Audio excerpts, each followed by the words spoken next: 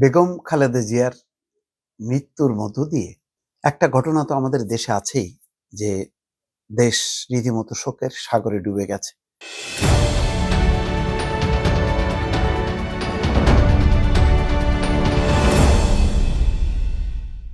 বেগম খালেদা জিয়ার এই মৃত্যু শোক শুধু দেশের মানুষকে স্পর্শ করেনি, আশেপাশের প্রতিবেশী দেশকেও স্পর্শ করেছে। এবং তার একটা দৃশ্য আমরা দেখলাম, যে সংসদ ভবন প্রাঙ্গণে জয়শঙ্কর, ভারতের পররাষ্ট্রমন্ত্রী, এবং পাকিস্তানের পার্লামেন্টারি স্পিকার সর্দার আয়াজ সাদিক, তারা হাত মিলিয়েছেন, কথা বলেছেন। যেটাও দেখেন, এটা সাম্প্রতিক সময়ে যেই সম্পর্ক ভারত পাকিস্তানের, তাতে এমনটা হওয়ার কথা না। বরং তারা একজন আরেকজনকে অ্যাভয়েড করে চলে এবং চরম তিক্ত অবস্থা। আবার অন্যদিকে দেখেন, এই মুহূর্তে বাংলাদেশের সাথে ভারতেরও সম্পর্ক তলানিতে। কিন্তু ঘটনাক্রমে আজকে জয়শঙ্কর নিজে এসে একটা শান্তির বার্তা দিলেন, বেগম খালেদা জিয়ার প্রতি শ্রদ্ধা নিবেদন করলেন। বেগম খালেদা জিয়ার যেই কূটনীতিক আদর্শ, সেই আদর্শে অনুপ্রাণিত হয়ে সম্পর্ককে আরো উন্নত করার একটা আবেদন রাখলেন জয়শঙ্কর। অন্যদিকে 5ই আগস্ট পট পরিবর্তনের পর ভারত যেমন নিজে থেকে পিছিয়ে গেল, আবার পাকিস্তান এগিয়ে আসলো। তো আবার এই এগিয়ে আসার সাথে ভারতও হঠাৎ করে এইভাবে যে শ্রদ্ধা নিবেদন করবে এবং শক্তিশালী প্রতিনিধি পাঠাবে, এটা অকল্পনীয় ব্যাপার ছিল। পাকিস্তান ভারত চিরপ্রতিদ্বন্দ্বী, সেই দুই প্রতিদ্বন্দ্বী আজকে বাংলাদেশে আসলো।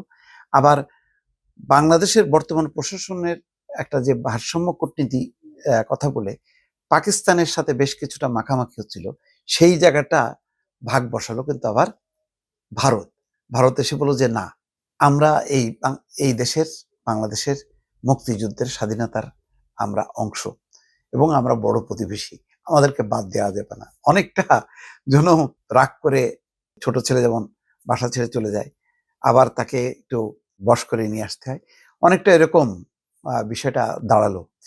যে ভারত বাংলাদেশের সাথে তো ভারতের ভালো সম্পর্ক, কিন্তু এই রাজনীতির কারণে, শেখ হাসিনার নোংরা রাজনীতির কারণে, আর ভারতেরও ভুল কূটনীতির কারণে ভারত বাংলাদেশের সম্পর্কের মধ্যে একটা বৈরিতা তৈরি ছিল। সেই বৈরিতাটার দেয়ালটা কিছুটা ভেঙে গেল। মানে ভারতের পক্ষ থেকে উদ্যোগী হয়ে তারা ভেঙে দিল এই দেয়ালটা। ভেঙে দিয়ে বলল যে না, আমরা এইভাবে রাখবো না, আমরা সম্পর্ক স্থাপন করতে চাই, সেই বার্তাটা দিল। আবার পাকিস্তান, তার সাথে সম্পর্কটা যথেষ্ট ভালো হলো। একেবারে যেখানে পাকিস্তান বিচ্ছিন্ন হলো, সেও চলে আসলো। আজকে 3টা দেশের একটা একটা মিলন, একটা ত্রিভুজ প্রেমের মতন ঘটনা ঘটে গেল। জয়শঙ্কর তারেক রহমানের সাথে দেখা করেছেন, পাকিস্তানের পার্লামেন্টারি স্পিকারও দেখা করেছেন।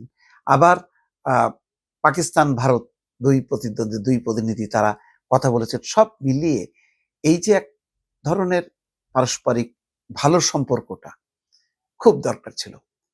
শুধু যুদ্ধ, বৈরিতা, বিদ্বেষ ছড়ানোর বদলে আজকে বেগম খালেদা জিয়ার মৃত্যুকে ঘিরে বাংলাদেশকে এক ধরনের প্রতিনিধিত্বই করছেন তারেক রহমান।